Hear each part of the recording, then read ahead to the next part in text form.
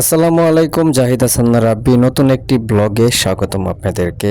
Doctor Mizanur Rahman আজহারীর ওয়াজ মাহফিলে চলে গেছিলাম গাজীপুর থেকে ময়মনসিংহ সার্কিট হাউসে।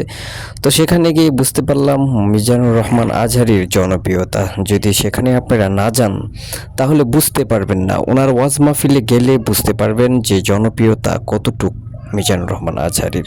তো সেখানে যাওয়ার পরে আমার ফার্স্ট টাইম মিজানুর রহমান আজহারীর ওয়াজ মাহফিলে গিয়েছি এবং আমার জীবনের প্রথম দেখেছি এত মানুষ মানে একসাথে ওয়াজ মাহফিলে থাকা, এটা মানে বিশাল একটা বিষয়। তো আমরা তো জানি না আপনারা সকলে যে ইজতেমা থেকে যাই টঙ্গীতে, ইজতেমাতে যত মানুষ হয় তার মতো মানুষ হয়েছে ডক্টর মিজানুর রহমান আজহারীর ওয়াজ মাহফিলে। তো সেখানে কি হয়েছে এবং কি অভিজ্ঞতা নিয়ে আসছি সেটা আপনাদের মাঝে শেয়ার করবে এই ভিডিওর মাধ্যমে। আপনারা ভিডিওটি শেষ পর্যন্ত দেখতে থাকুন।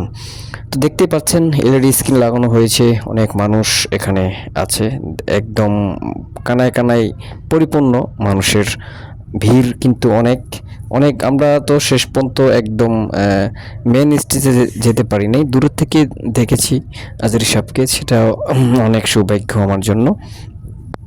আরেকটি বিষয় আপনাদের সাথে শেয়ার করি, সেটা হলো এই ওয়াজ মাহফিলে মানে ডক্টর মিজানুর রহমান আজহারীর ওয়াজ মাহফিলে কিন্তু এখানে কিছু সুবিধা মানুষ রয়েছে যারা কিনা উৎপেতে থাকে যে আপনি যখন এই ভিড়ের মধ্যে পড়বেন তখন আপনার সাথে মিশে তারা কিন্তু আপনার মানিব্যাগ এবং মোবাইল ফোন নিয়ে যাবে, তারা চুরি করে।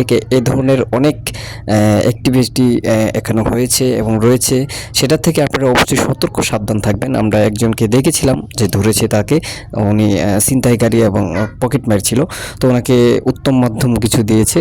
তো এরপর মনে হয় পুলিশের হাতে তুলে দিয়েছে খুব সম্ভবত। তো তখন আমি এসে পড়েছিলাম।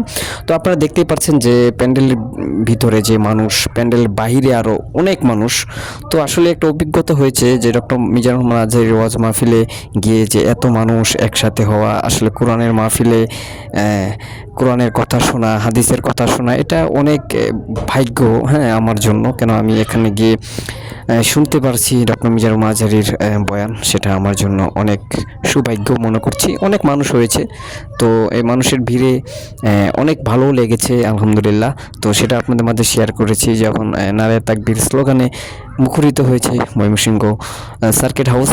সেখানে অভিজ্ঞতা এটাই যে গাজীপুর থেকে গিয়েছিলাম, তো আস্তে আস্তে রাত হয়ে গেছে, তখন আরেকটি এক্সপিরিয়েন্স শেয়ার করেছি। যখন আসছিলাম তখন অনেক মানুষ ছিল, ট্রাক দিয়ে এবং বাস দিয়ে বিভিন্ন যানবাহন দিয়ে তারা দল বেঁধে কিন্তু মাহফিল থেকে বাড়িতে রওনা হচ্ছিল। সেটা দেখতে মনে হচ্ছে যে ঈদের মতো লাগছে আমার কাছে।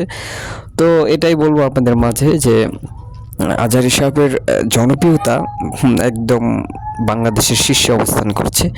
যদি ওনার মাহফিলে আপনারা না যান সেটা বুঝতে পারবেন না। দেখতেই পাচ্ছেন অনেক মানুষ চারদিক দিয়ে, একদম মানুষের পরিপূর্ণতা, একদম চারদিক দিয়ে মানুষের অনেক ঢল নেমেছে। তো ময়মনসিংহ সার্কিট হাউস থেকে তো আপনাদের এটা আমার জন্য অনেক ছিল যে এরকম একটা মাহফিলে যাওয়া, এরকম কোরআনের হাদিসের বয়ান শোনা।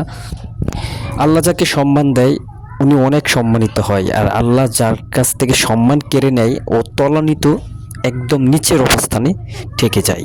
তো এক ভাইকে দেখেছিলাম যে ওই দেখেন যে দুইজন উপরে বসেছে, তো এটা ঠিক না, কেন এটা মাহফিলের সৌন্দর্য নষ্ট করে।